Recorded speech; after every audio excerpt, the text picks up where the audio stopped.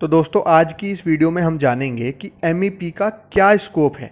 MEP की कहाँ कहाँ पर नौकरियां हैं, कहाँ कहाँ पर जॉब हैं, इस फील्ड में करियर की क्या क्या संभावनाएं हैं। तो दोस्तों अगर आप एक इंजीनियर हैं, आपने मैकेनिकल या इलेक्ट्रिकल की फील्ड से इंजीनियरिंग या कोई डिप्लोमा या कोई ITI किया हुआ है, इवन अगर आप एक इलेक्ट्रीशियन हैं, आप एक फिटर हैं और आपको वेल्डिंग या प्लम्बिंग का अच्छा खासा अनुभव है, तो दोस्तों इस वीडियो को आप अंत तक देखिए, इस वीडियो को आप पूरा देखिए और हम आपको बताएंगे कि इस फील्ड में आपके लिए नौकरी की, करियर की क्या क्या संभावनाएं हैं और हम गारंटी लेते हैं कि आज आप कुछ नया यहाँ से सीख कर जाएंगे। दोस्तों अब हम जानेंगे कि MEP का यूज कहाँ कहाँ पर होता है। मैकेनिकल, इलेक्ट्रिकल और प्लम्बिंग से जुड़े हुए जो काम होते हैं वो कहाँ कहाँ पर एग्जीक्यूट किए जाते हैं। तो इसको मैंने 4 कैटेगरी में बांटा है। पहला है रेजिडेंशियल प्रोजेक्ट, दूसरा है कमर्शियल प्रोजेक्ट, तीसरा है इंडस्ट्रियल प्रोजेक्ट और चौथा है इंफ्रास्ट्रक्चर प्रोजेक्ट। इन चारों की चारों जगह पर ही हमारे मैकेनिकल, इलेक्ट्रिकल से जुड़े हुए काम होते हैं। और क्या क्या काम होते हैं उससे रिलेटेड हमने एक अलग से सेपरेट वीडियो बनाई हुई है, जिसका लिंक आप ऊपर आई बटन में देख सकते हैं और हमारे इस वीडियो के डिस्क्रिप्शन में जाकर भी आप उस वीडियो को ज़रूर देखें। तो एक एक करके ज़रा इन्हें समझ लेते हैं। पहला है रेजिडेंशियल प्रोजेक्ट। रेजिडेंशियल प्रोजेक्ट उन प्रोजेक्ट को बोलते हैं जहाँ पर लोग रहते हैं, जैसे कि हमारा घर हो गया, कोई बंगला हो गया या शहरों में बनने वाले फ्लैट हो गए। दूसरा है कमर्शियल प्रोजेक्ट। कमर्शियल प्रोजेक्ट उन प्रोजेक्ट को बोलते हैं जहाँ पर लोग काम करते हैं, जैसे कि होटल हो गए, रेस्टोरेंट हो गए, हॉस्पिटल्स हो गए, मॉल हो गए, क्लब हो गए या कोई सिनेमा हॉल हो गया। तीसरा है हमारा इंडस्ट्रियल प्रोजेक्ट। इंडस्ट्रियल प्रोजेक्ट उन प्रोजेक्ट को बोलते हैं जहाँ पर कुछ बनाया जाता है, जैसे कि हमारी फैक्ट्री हो गई, मैन्युफैक्चरिंग यूनिट हो गई या हमारे प्रोडक्शन प्लांट हो गए। तीसरा है इंफ्रास्ट्रक्चर प्रोजेक्ट। इंफ्रास्ट्रक्चर प्रोजेक्ट के अंडर कौन कौन से प्रोजेक्ट आते हैं? हमारे रोड से जुड़े हुए काम, हमारे रेलवे से जुड़े हुए काम और हमारे एयरपोर्ट से जुड़े हुए काम, ये सभी के सभी इंफ्रास्ट्रक्चर प्रोजेक्ट के अंदर आते हैं। तो दोस्तों जब भी आप कभी इन चारों में से जुड़े किसी भी एक प्रोजेक्ट पर काम करेंगे तो निश्चित ही वहाँ पर आपको मैकेनिकल, इलेक्ट्रिकल और प्लम्बिंग के काम देखने को मिलेंगे ही मिलेंगे। तो दोस्तों अब हम जानेंगे कि MEP में क्या क्या काम होते हैं। ये देखिए मैंने यहाँ पर सारे काम लाइन से लिखे हुए हैं। अब मैं इन्हें एक एक करके आपको समझाऊंगा और इस पार्ट को शुरू करने से पहले मैं आपको बताना चाहता हूँ कि अगर आप हमारे चैनल पर नए हैं तो चैनल को सब्सक्राइब जरूर कर लीजिए ताकि आने वाली अपडेट आपको मिलती रहे। तो दोस्तों जब भी हम कोई बिल्डिंग बनाने जाते हैं, कोई भी प्रोजेक्ट शुरू करने जाते हैं, तो सबसे पहला काम होता है सर्वे। MEP के रिगार्डिंग मैं आपको बता दूं, आपको वहाँ पर किस किस चीज़ों का सर्वे करना पड़ेगा। सबसे पहले आपको देखना पड़ेगा कि ये एरिया जहाँ पर आप काम करने जा रहे हैं ये कहाँ पर आता है, कौन से क्षेत्र में आता है, यहाँ पर कैसा इन्वायरमेंट है, कैसी ज़मीन है, कितनी बारिश होती है, यहाँ पे क्या क्या बिजली के रिसोर्स हैं, क्या क्या पानी के रिसोर्स हैं, पानी आपको बोरवेल से मिलेगा कि म्युनिसिपल से मिलेगा। जब आप ये सब चीज़ें जान लेते हैं तब आपको करना होता है उसका डिजाइन। उसको आपको एक ड्राइंग पर उतारना रहेगा, उन सभी चीज़ों को डिज़ाइन करना रहेगा कि यहाँ पर कितने पानी की आवश्यकता है, कितनी बिजली की ज़रूरत है, कितने टन का AC लगेगा। ये सब चीज़ें आपको डिज़ाइन कैटेगरी में आती हैं। जब आप सर्वे और डिज़ाइन कर लेते हैं तब थर्ड पार्ट आता है टेंडरिंग। टेंडरिंग क्या होता है? आपने जो भी काम कराने हैं, आपने वहाँ पर बोरवेल लगाना है, बिजली की फिटिंग करानी है, ट्रांसफॉर्मर लगवाना है, उस सब का एक टेंडर बनाना होगा आपको, उसको एक डॉक्यूमेंटेड पोजीशन में लाना होगा।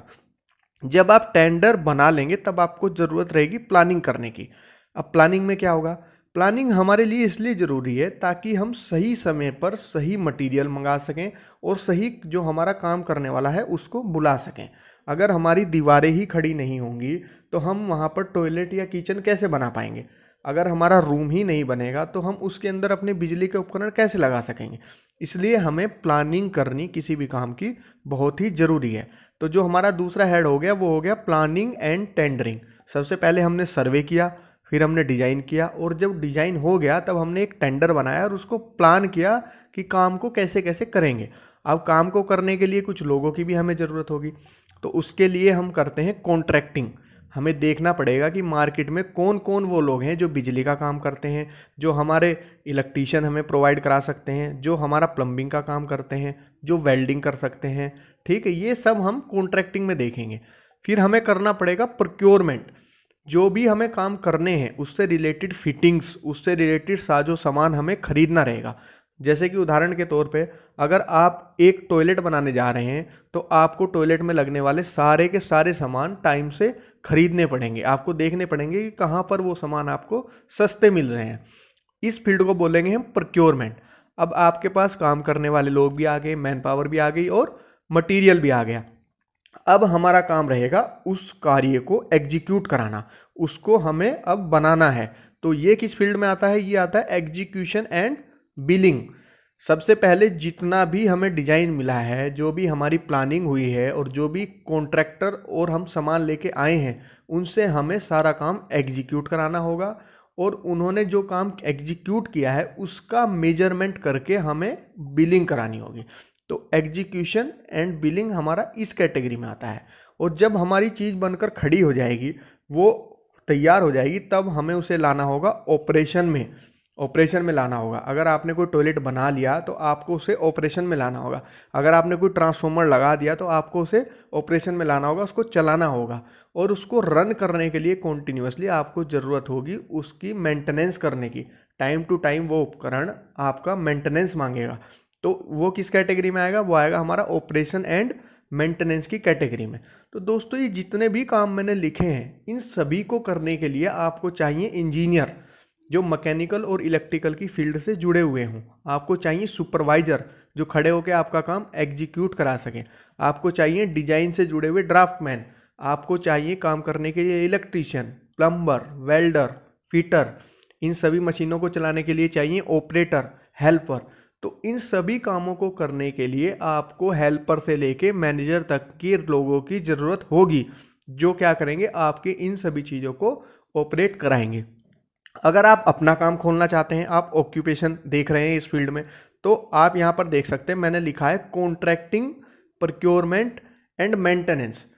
अगर हम कोई चीज़ खरीदना चाहते हैं और उसके दुकानदारी नहीं होंगे तो हम कैसे खरीदेंगे?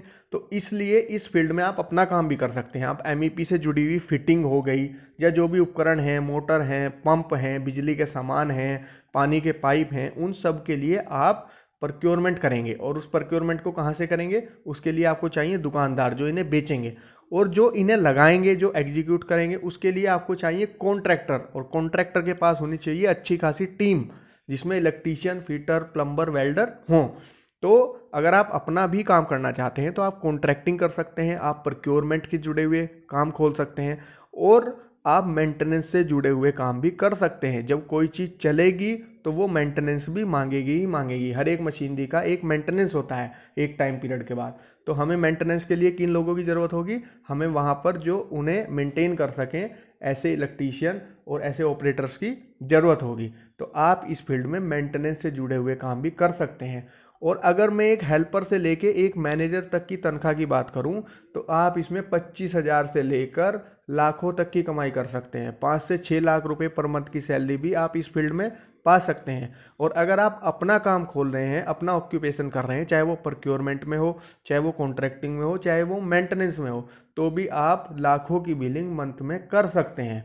तो दोस्तों, इस फील्ड से जुड़े हुए ये मैंने सारे के सारे आपको नौकरियां बताई, जॉब्स बताई, और आपको बताया कि आप क्या क्या अपना काम इसमें कर सकते हैं। तो दोस्तों, अगर आपको ये वीडियो अच्छी लगी है तो आप हमारे चैनल को सब्सक्राइब जरूर कर लीजिए, ताकि आने वाली कोई भी अपडेट आपसे ना छूटे। और इस वीडियो को लाइक ज़रूर करें, एक लाइक तो आपका इस पर बनता ही है।